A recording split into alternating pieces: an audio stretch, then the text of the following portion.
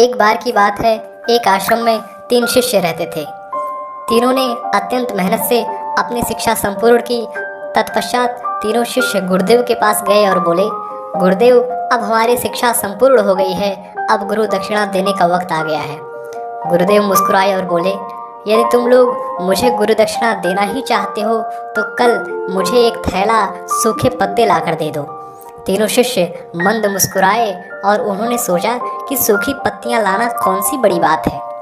अगले सुबह तीनों शिष्य पास ही के जंगल में दक्षिणा हेतु सूखे पत्ते एकत्रित करने के लिए गए। उन्होंने वहां देखा तो आश्चर्य हुआ।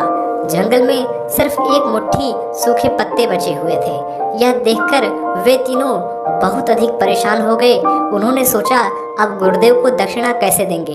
तभी सामने से एक किसान आता हुआ दिखाई दिया, जिसने एक थैले में ढेर सारे सूखे पत्ते लिए हुए थे। उन्होंने उस किसान से आग्रह किया कि भाई, हमें भी थोड़े सूखे पत्ते दे दो, हमें इनकी अत्यंत आवश्यकता है। किसान ने कहा, यह सूखे पत्ते मैं अपने जीवन यापन तथा घर का भोजन पकाने के लिए ले जा रहा हूँ। मैं यह आपको नहीं दे सकता, परंतु हाँ, पास के ही गांव में सेठ जी रहते हैं। उनके पास सूखे पत्तों से दोने बनाने का कारखाना है, शायद वह आपको सूखे पत्ते दे सकें। वे तीनों सेठ जी के पास गए और उनसे सूखे पत्ते देने के लिए आग्रह किया, परंतु सेठ जी ने कहा कि मैं आपको सूखे पत्ते नहीं दे सकता, क्योंकि इनकी मुझे आपसे अधिक आवश्यकता है। मैं इन सूखे पत्तों से अपना कारोबार चलाता हूँ, मुझे क्षमा करें। वे तीनों शिष्य अत्यंत परेशान हो गए। उन्होंने बहुत लोगों से पूछा। पता चला कि पास में ही एक बूढ़ी दादी रहती हैं। वे सूखे पत्ते एकत्रित करती हैं। हो सकता है उनके पास से मिल जाए।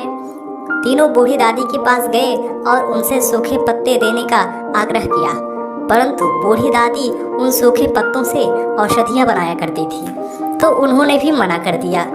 अब तीनों छात्र निराश होकर आश्रम लौट आए और दुखी मन से गुरुदेव को सारी बात बताई कि वे उनकी दक्षिणा लाने में असफल रहे। तब गुरुदेव ने कहा, मेरे बच्चों, मुझे दक्षिणा की अभिलाषा नहीं है। मैं तो तुम्हें बताना चाहता था कि इस दुनिया में किसी भी चीज़ को छोटा नहीं समझना चाहिए। छोटी से छोटी चीज़ का भी अपना महत्व होता है, अपना मूल्य होता है। आज शिष्यों को पता चल गया था कि जिन चीज़ों को हम बहुत छोटा समझते हैं, वास्तव में उनका भी अपना एक स्थान होता है। कहानी सुनने के लिए आपका बहुत बहुत धन्यवाद।